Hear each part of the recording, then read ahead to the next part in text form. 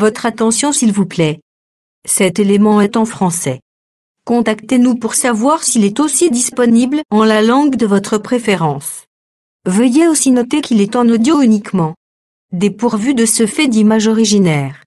À présent, nous vous convions à suivre, depuis christequality.com et évangile-éternel.com, la rubrique Académie biblique de l'évangile-éternel.com. Elle est présentée aujourd'hui par le prophète Jean Bosco Mbombi, ministre de l'Évangile éternel. Recherchez-vous les enseignements du prophète Jean Bosco Mbombi, allez sur christequality.com ou sur évangile-éternel.com/jbmbombi.html. Les enseignements sont disponibles en texte, audio et vidéo. Surtout, ne partez point sans souscrire à l'une de nos chaînes YouTube qui correspond à votre version linguistique. Souscrivez s'il vous plaît. Bonne édification au nom de notre commun Seigneur et Dieu Jésus-Christ. Amen. Nous rendons grâce à notre Dieu pour ces moments précis où nous voulons encore partager autour de la parole. Nous allons entamer le nouveau sujet intitulé « Les ministères de la parole et la place de la femme dans l'Église ». Les ministères de la parole et la place de la femme dans l'Église. Premièrement, nous allons parler sur les ministères. Pour introduire, je vais parler sur l'origine du ministère. Alors, définissons d'abord le contexte. Ministère est synonyme de service. Quand on dit ministère, nous voyons les services. Et quand nous voyons le ministère est aussi synonyme de sacrificature, de la prêtrise, est aussi synonyme du sacerdoce. Donc, j'ai dit que le ministère explique un service. Le ministère, c'est une charge. Colossiens chapitre 1er, 24 à 25. Je vais lire au nom du Seigneur Jésus-Christ. Colossiens 1, 24 à 25. L'Écriture déclare: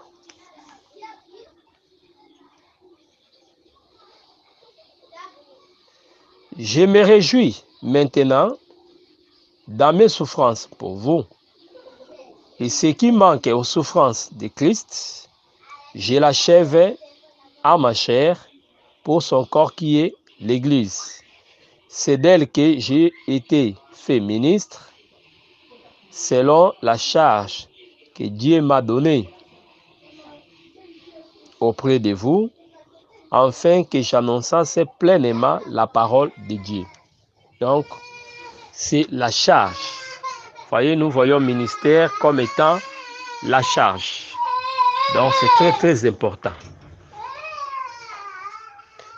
Alors, vous allez remarquer, comme je disais, que ministère, c'est aussi le sacerdoce, c'est la sacrificature, c'est aussi la prêtrise.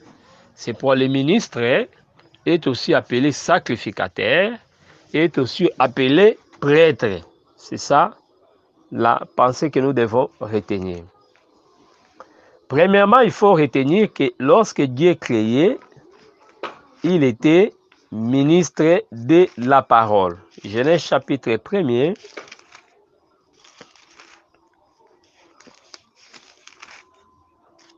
Verset 1, et nous prenons Jean chapitre 1, verset 1 à 3.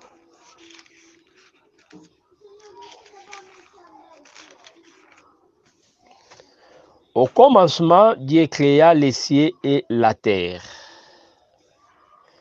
La terre était informe et vide. Il y avait des ténèbres à la surface de l'abîme. Et l'Esprit de Dieu se mouvait au-dessus des eaux. Dieu dit que la lumière soit, et la lumière fit. Dieu appela la lumière jour, Il appela les ténèbres nuit. Ainsi il y eut un soir, il y eut un matin, ce fit les premiers jours. Genèse chapitre 1, 1 à 4. Nous prenons maintenant le livre de Jean chapitre 1er. Jean chapitre 1er, 1 à 3. J'ai fait la lecture. Au commencement était la parole. Et la parole était avec Dieu. Et la parole était Dieu. Il était au commencement avec Dieu. Toutes les choses ont été faites par elle. Et rien de ce qui a été créé n'a été fait sans elle. Merci beaucoup. Nous comprenons par là que la parole avait tout créé. Dieu utilisait la parole. Or, le ministère que nous avons aujourd'hui est appelé aussi le ministère de la parole. On peut confirmer cela par rapport à Éphésiens chapitre 4. Nous prenons les versets 11 à 12. Le ministère de la parole. Donc, s'il n'y a pas de parole, ce ministère n'a pas de sens. Mais ce ministère a un sens puisqu'il y a la parole. Et il a donné les uns comme apôtres, les autres comme prophètes, les autres comme évangélistes et les autres comme pasteurs et docteurs pour le perfectionnement des saints en vue de l'œuvre du ministère et de l'édification du corps de Christ. Voyez, donc les dons que les gens ont reçus, c'est pour l'édification. C'est pour Actes chapitre 6, verset 4. Lorsqu'il y a eu trouble dans l'église, vous allez comprendre, il s'était dit qu'on établisse des intendants pour les services des tables et nous resterons dans le ministère de la parole. Donc c'est très très important. À comprendre cela, il est question du ministère de la parole.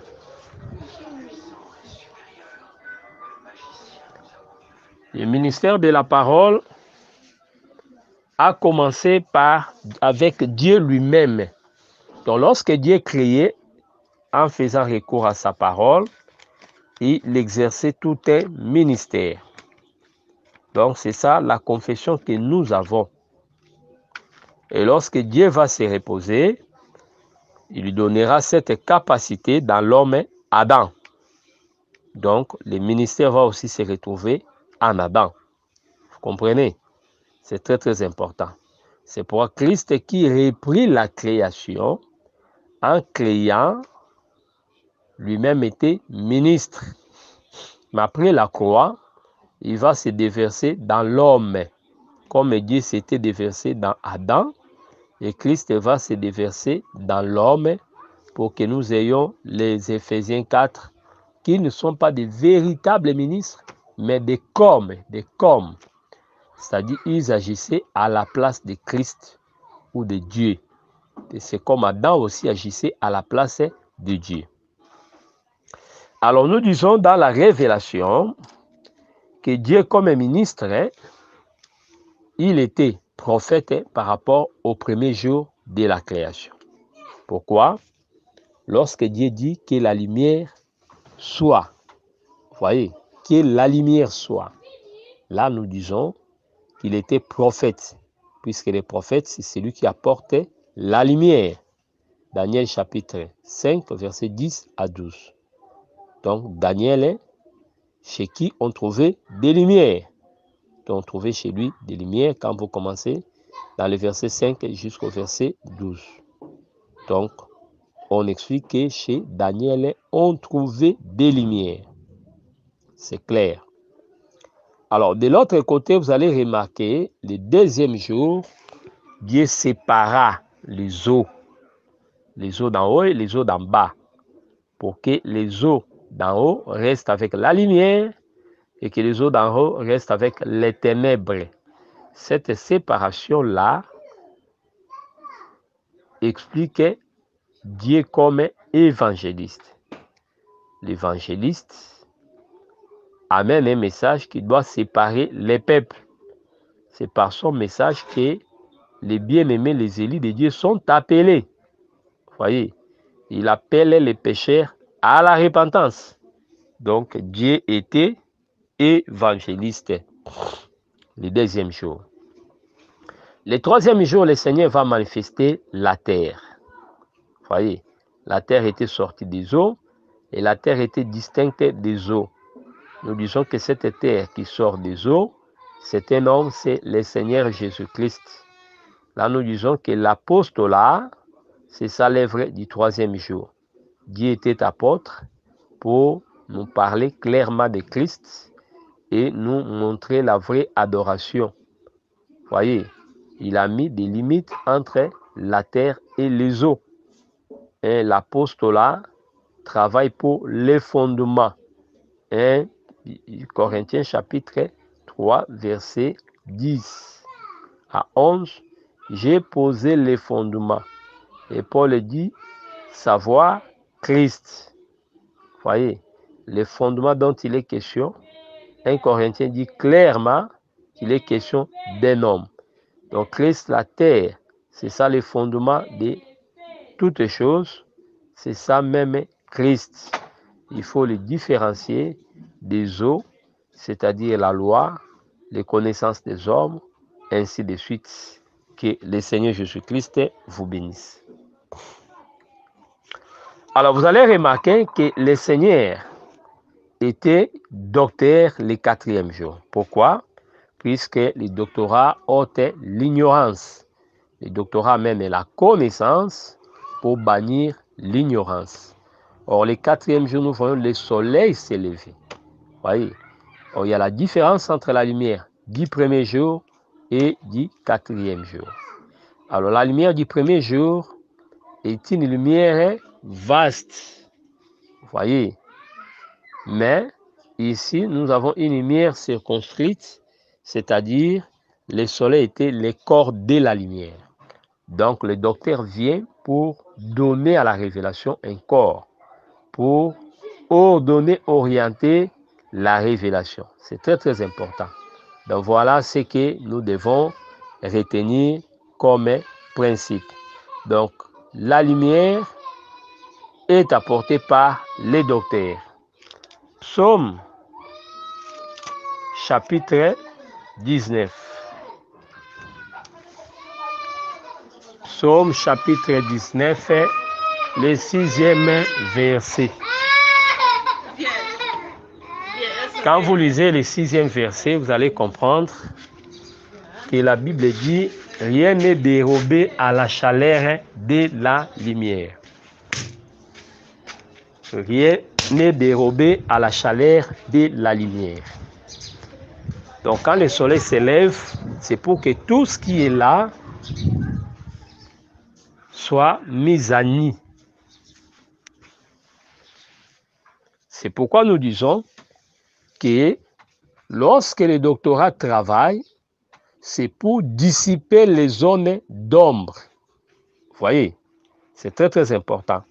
J'ai fait d'abord la lecture de cette portion-là. Psaume chapitre 19, 6e verset. Psaume 19, verset 6. Et le soleil semblable à un époux qui sort de sa chambre s'élance dans la carrière avec joie d'un héros. Il s'élève à une extrémité des cieux et achève sa course à l'autre extrémité. Rien ne se dérobe à sa chaleur. C'est le verset 7. Psaume 19, 6 à 7. Donc, rien ne se dérobe à sa chaleur. Vous voyez, quand la lumière est là, tout est nu. Alors, j'ajoute la pensée des psaumes 74. Il y a une pensée précise qui peut nous aider dans nos explications. Psaume 74, 20e verset. J'ai lu au nom du Seigneur.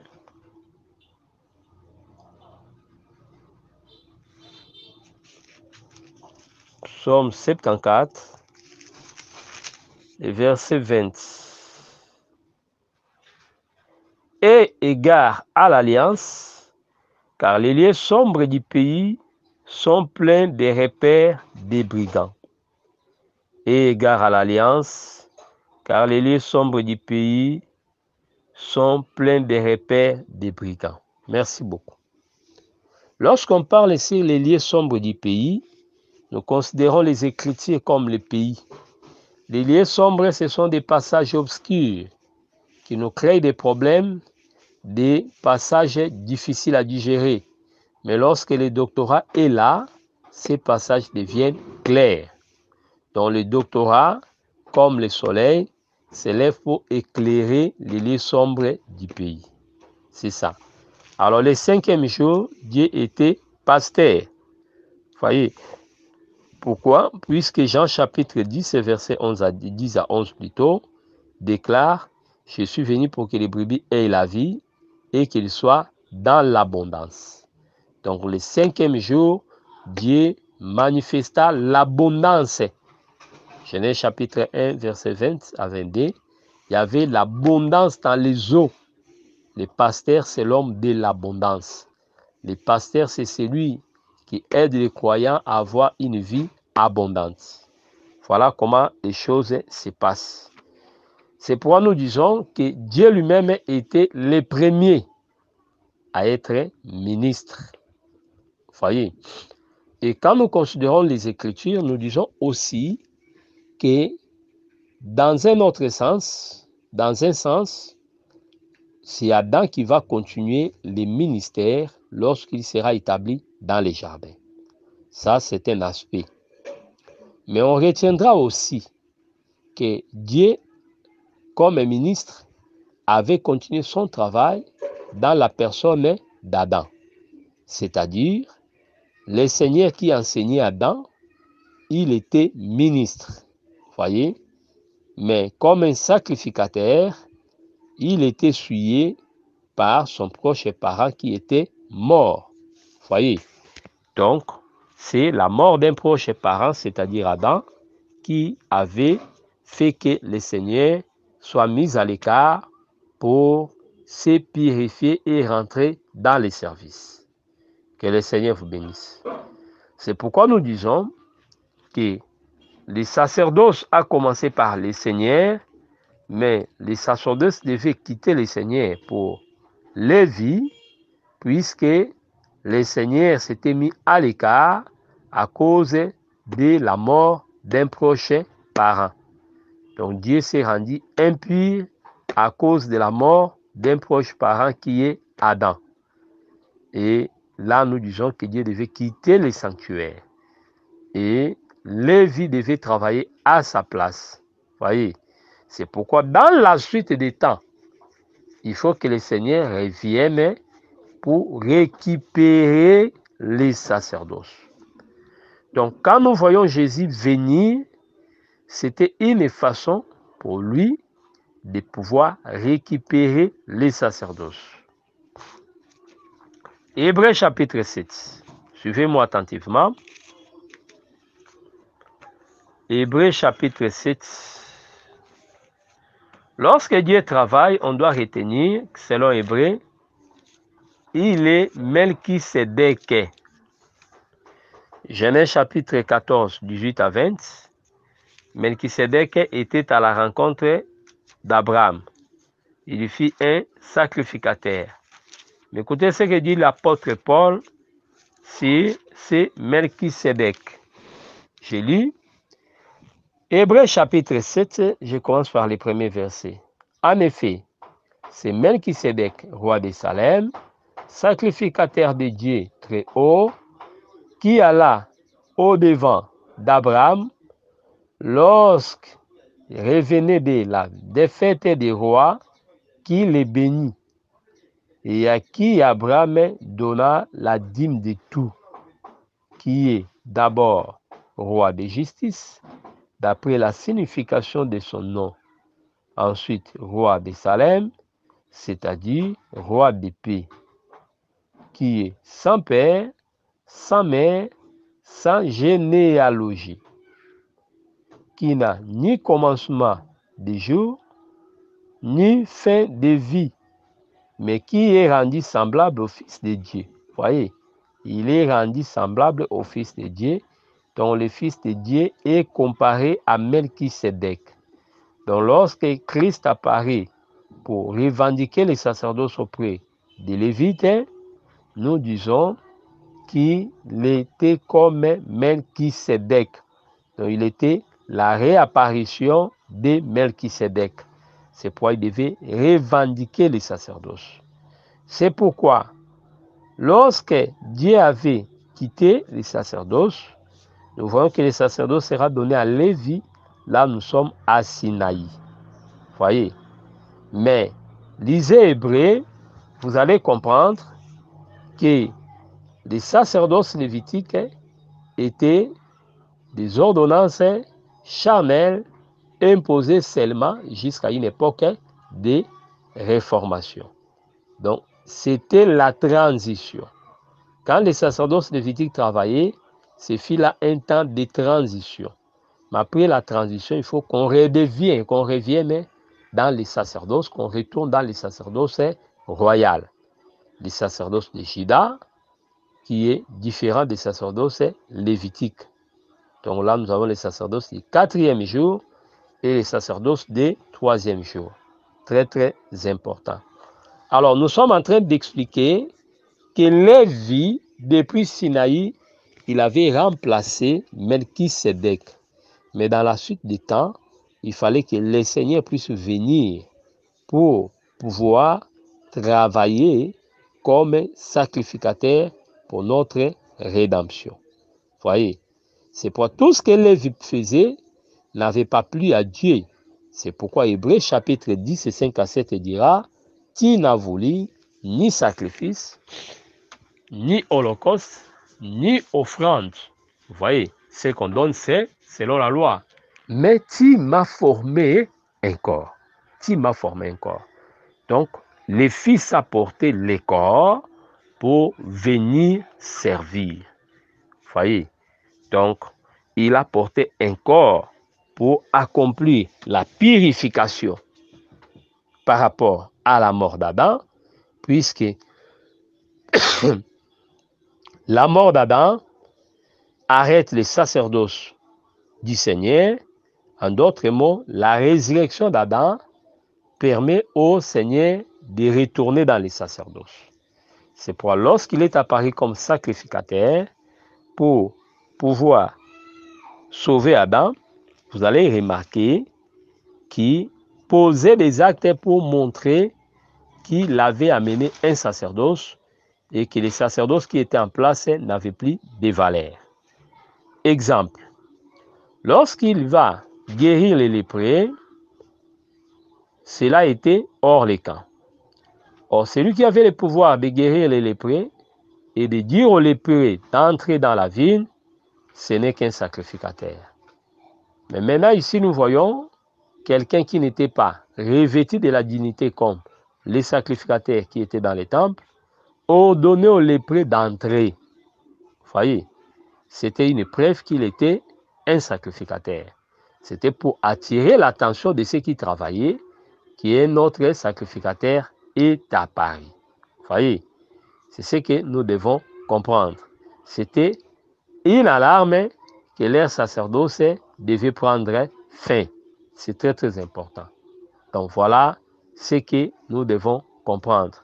Voilà pourquoi, lorsqu'il était devant Caïphe, quand vous prenez le livre de Marc, chapitre 16, vous allez comprendre que le Christ n'avait pas peur. C'est chapitre 15, je crois, versets 60 à 66.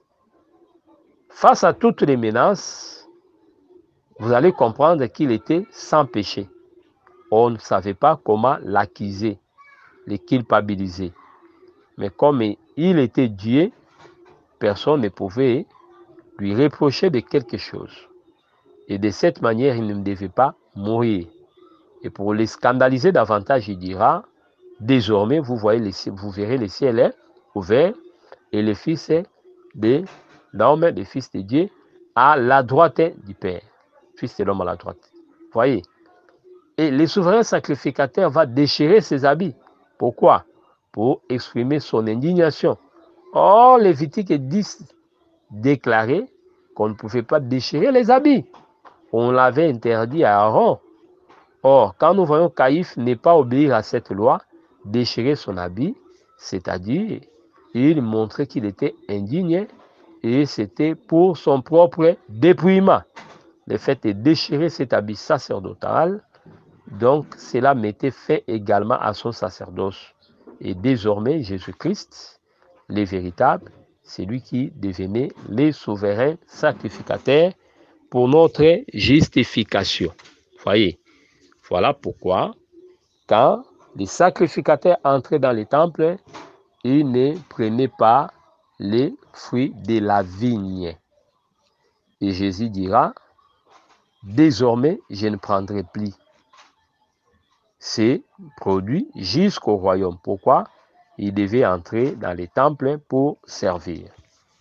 Je prends cette affirmation, je suis dans les livres de Luc.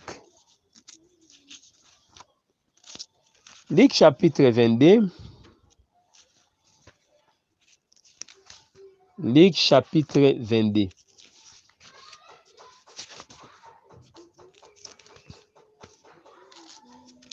Je prends le verset 18 jusqu'au verset 22.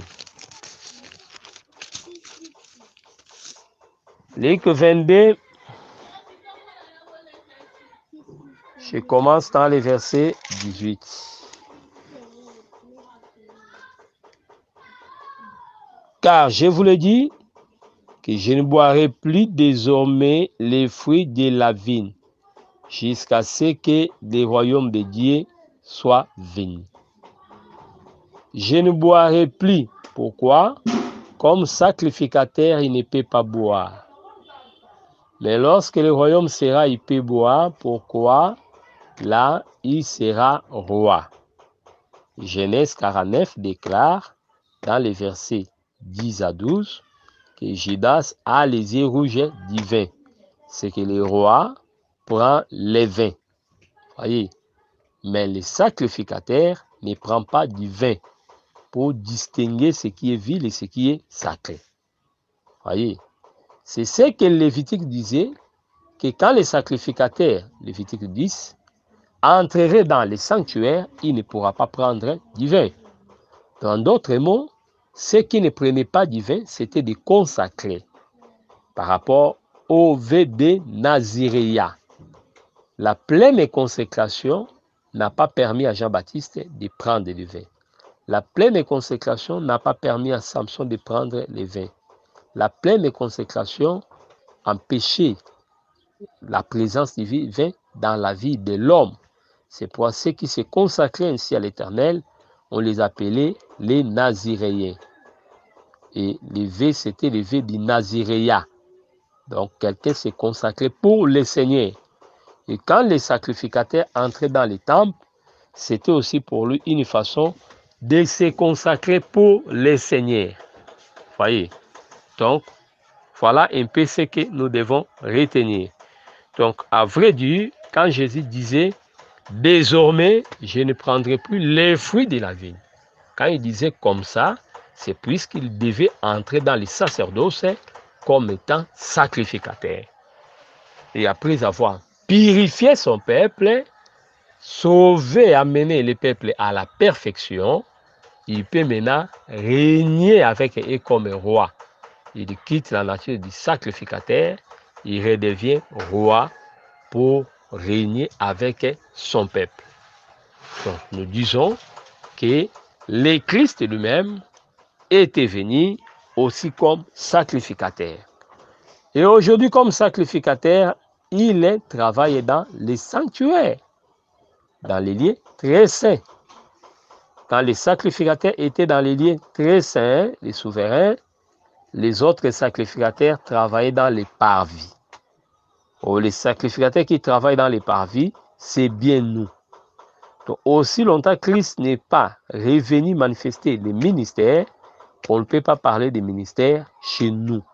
C'est que les ministères que nous avons selon Ephésiens chapitre 4, 11 à 12, ces ministères découlent de Christ. Et c'est ces ministères que nous avons aujourd'hui. C'est comme Élie qui avait laissé le manteau à Élisée. Voyez, lui, il a traversé les lieux très saints, il est entré là-bas, mais de l'autre côté, il nous donne l'esprit pour que nous travaillions son esprit. Et nous devons travailler comme lui. C'est pourquoi les miracles faits par Élie, Élisée va les répéter. En d'autres mots, il agissait comme Élie. Pourquoi? Puisqu'il avait l'esprit d'Élie sur lui. Et nous avons l'esprit de Christ. C'est cet esprit qui interprète la parole. C'est cet esprit qui guérit les malades. C'est cet esprit qui purifie les lépreux. Donc voilà l'origine du ministère. Le ministère ne vient pas d'un homme. Le ministère, c'est Dieu, la perfection, qui agit. Donc quand quelqu'un t'appelle à être ministre, cela signifie qu'il y a une capacité. Dieu sous la forme d'une capacité, il vient dans l'homme. Et quand cet homme-là travaille, ce n'est pas l'homme, mais c'est Dieu qui travaille. Que le Seigneur vous bénisse. On y reviendra. Posez toutes les questions sur notre compte WhatsApp. C'était bien les vôtres, les prophètes Jean Bosco Mbombi de Kinshasa, RDC. Notre contact, c'est plus 243 89 541 88 90. Le numéro est connecté à WhatsApp. Que le Seigneur Jésus-Christ vous bénisse. Merci d'avoir suivi ce message et que Jésus-Christ vous bénisse. Si vous avez une question à l'intention de l'homme de Dieu, si vous voulez que l'homme de Dieu prie pour vous, si vous voulez vous confier à l'homme de Dieu, ou si vous voulez tout simplement bénir l'homme de Dieu, contactez-le directement si ses coordonnées sont disponibles depuis sa page. Sinon, contactez-nous et nous lui transmettrons vos préoccupations. N'oubliez pas de faire un tour à notre page évangélisation pour voir en quoi vous pouvez vous rendre utile à Christ par cette œuvre. Que Dieu vous bénisse tous. Amen. ChristQuality.com. Les cieux en un clic de la souris. Évangile-éternel.com. Le site de l'Évangile éternel. Christ Equality Fondation, équilibrer la manne ramassée dans le désert de sorte que chacun ait un maire. Branchez-vous sur ChristEquality.com ou sur évangile-éternel.com et vous attendra au rendez-vous. La radio mondiale évangile-éternel.com, enseignement non-stop. La télé prophétique évangile-éternel.com TV, enseignement quantique et documentaire biblique. L'église virtuelle, assemblée et culte de prière des saints, en ligne et en direct. La rubrique Pasteur et thème. Retrouvez tous les ministres de l'Évangile éternel, en vidéo, audio et texte. La rubrique Bible révélée. Explication prophétique de la Bible, mot à mot. La rubrique Questions et réponses expose les réponses des ministres à vos questions difficiles et compliquées. La rubrique Prophétie et actualité décrypte pour vous l'actualité en rapport avec les prophéties bibliques. La rubrique Aréopage ouvre à tous et sans censure le libre débat et exposition contradictoire. Évangile-éternel.com démystifie au moyen de l'enseignement des erreurs, des fausses religions, églises, doctrines et philosophies. Nos enseignements confrontent l'apostasie et les idées préconçues pour vous attacher à la saine doctrine. Vous y trouverez de l'exhortation, du réconfort spirituel et de l'incitation à vous sanctifier. Sur évangile-éternel.com, sollicitez une requête de prière, et les ministres et plusieurs s'implieront pour vous. Retrouvez des cantiques chantés par des saints et des cantiques instrumentaux. Venez y apprendre d'autres langues à travers la Bible audio multilingue. Les enseignements sont en toutes les langues. Évangileéternel.com, le site de l'Évangile éternel. Motivez-nous en souscrivant à l'une de nos chaînes YouTube, celle de votre préférence linguistique. Et venez évangéliser avec nous en partageant, autant que faire se peut, notre site web, nos YouTube channels ainsi que toutes nos publications. Merci de le faire et que Jésus-Christ notre commun Seigneur et Dieu vous bénisse tous. Amen. christequality.com. Les cieux sont à la portée de votre main, juste par un simple clic de la souris. Christ Equality Fondation, équilibrer la manne ramassée dans le désert de sorte que chacun ait un aimé.